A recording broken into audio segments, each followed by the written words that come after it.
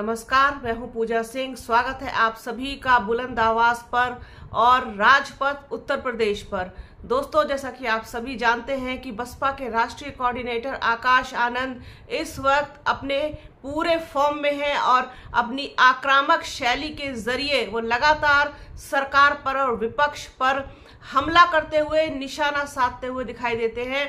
पिछले कुछ दिनों में उन्होंने अपनी तमाम चुनावी सभाओं में भारतीय जनता पार्टी पर जिस तरीके से अटैकिंग होकर के हमले बोले हैं, जिस तरीके से उन्हें हर मुद्दे पर घेरा है, चाहे वो बेरोजगारी हो, चाहे महंगाई हो, चाहे फिर दलित उत्पीड़न हो, तमाम मुद्दे, बेरोजगारी, शिक्षा से जुड़े हुए, स्वास्थ्य सेवाओं से जुड़े हुए तमाम मुद्दों पर वो सरकार को घेरते हुए दिखाई दे रहे हैं। और जिस तरीके से वो लगातार अपने भाषणों में जो एक गर्मी पैदा करने वाला काम कर रहे हैं, उसी के चलते आज उन पर FIR हो गई है।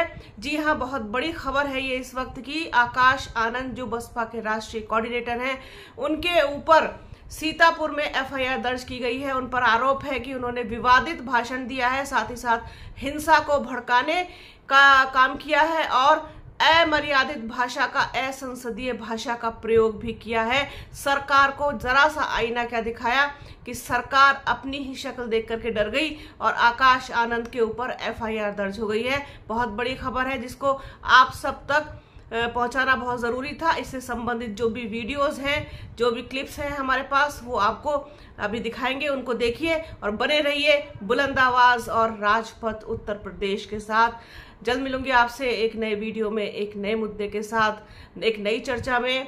अपना और अपनों का बहुत ख्याल रखिए। जय हिंद। लाता है साथियों, इन सरकारों ने, भाजपा की सरकार बुलडोजर की सरकार नहीं, यह आतंकवादियों की सरकार है। अपनी आवाम को गुलाम बनाकर रखा है। ऐसी सरकार का समय आ गया है अब खत्म होने का। और यहाँ पर बहुजन समाज पार्टी की सरकार बनाकर, बहन जी को प्रधानमंत्री बनाकर यहाँ पे उत्तर प्रदेश में बहुजन समाज पार्टी का राज कायम करने का।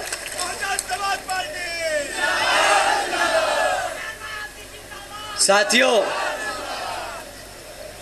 अगर हमारी बात थोड़ी ज्यादा छुप गई हो और इलेक्शन कमीशन को लगे कि हमें तालिबान नहीं बोलना चाहिए था या भाजपा को आतंकवादी नहीं बोलना चाहिए था, तो हम उनसे दरख्वास्त करेंगे कि यहां उतर के आके देखें और गांव-गांव में घूमें और पता करें कि यहाँ के जो बहन बेटियां हैं, जो हमारे युवा हैं, वो किस हालत में जी रहे हैं। वो खुद समझ जाएंगे कि जो हमने कहा वो गलत नहीं, वो सत्य है, वो सच है, वो हमारी आवाम आज जी रही है।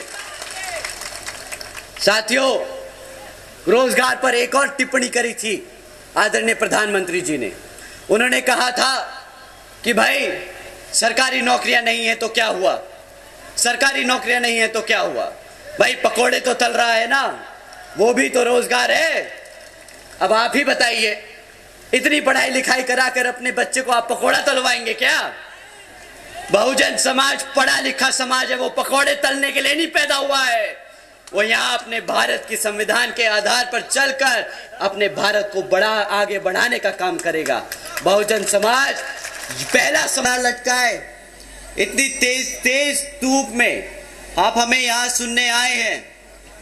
हमारी माताएं बहनें जो आज इतनी बड़ी संख्या में यहाँ मौजूद हैं, हमारे सभी युवा साथी जो आज इतनी गर्मजोशी के साथ यहाँ मौजूद हैं, हमारे सभी बड़े बुजुर्ग, हमारे सभी संत, आप सभी को तहे दिल से धन्यवाद कि आप इतनी कड़ी गर्मी में हमें सुन रहे हैं। तो आपको तहे दिल से धन्यवाद।